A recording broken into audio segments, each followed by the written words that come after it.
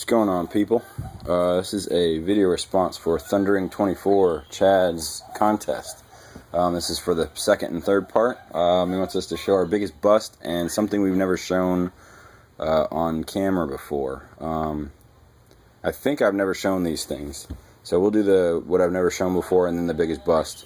I'm a bit of a different kind of book collector for sports and other odds and end things. Nothing like huge, but just some different books that I have. This is all the baseball parks.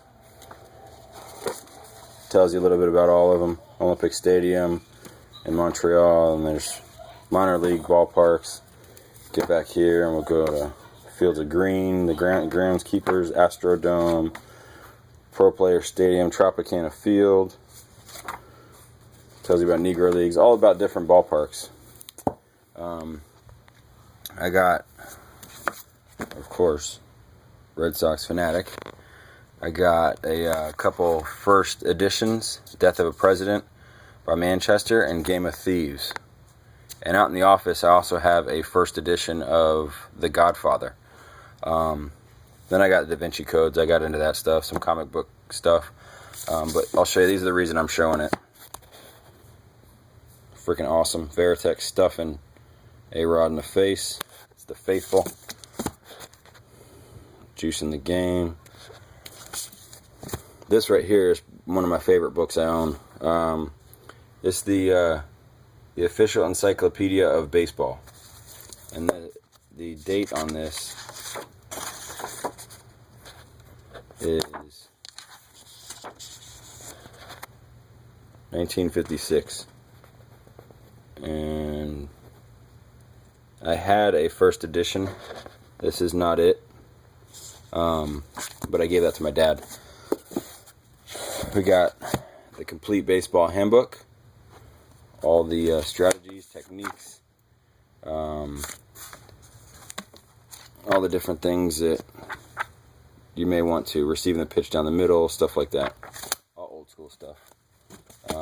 This was my first book report in elementary school, and that is the actual book. I took it from the library. I never returned it. Got a nice little The Perfect Game Baseball. It's just a book about baseball. As you can tell, it's my favorite sport. Tells about all the different games and important things. Look at that, turned right to Red Sox. Important games in history of baseball, things like that. This one right here is actually pretty special. We went to Pearl Harbor back in 2012. I'm going to sneeze. Excuse me.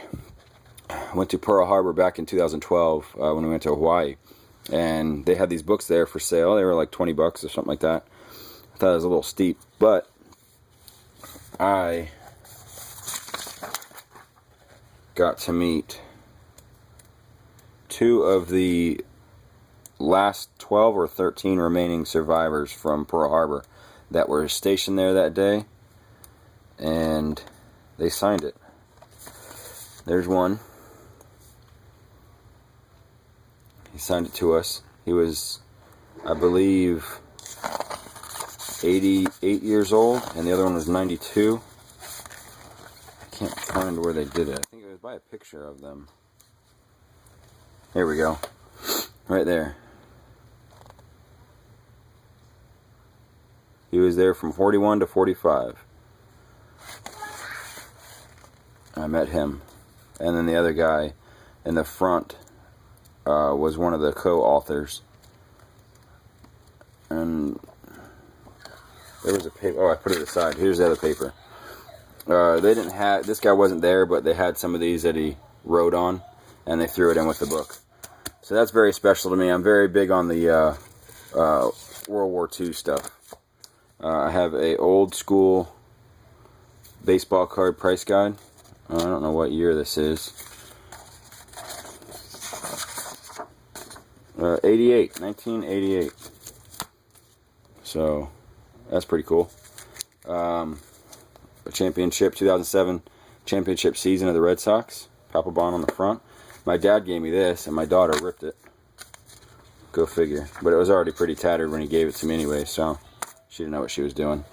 But this is a magazine that he got when he was a kid. And there's Jimmy Pearsall on the front. But this is, sheesh, when is this from? This is from, doesn't say on it. Maybe I'll say in here. 1963. So that's pretty cool, pretty special. And then last two, the 20th Century Baseball Chronicle. It's the updated version. It's the history of Major League Baseball. And then this bad boy. I read through this. This is a great book.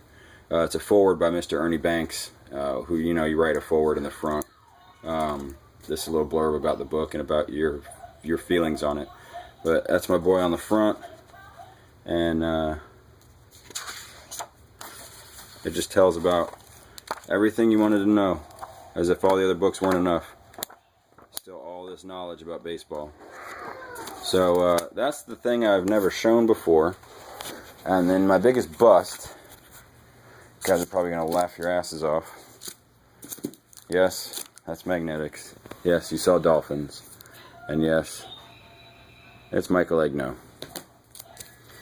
I have put a lot of time and effort into Michael Agnew. And he is my biggest bust. I have some very nice pieces that I spent some good money, traded some good cards,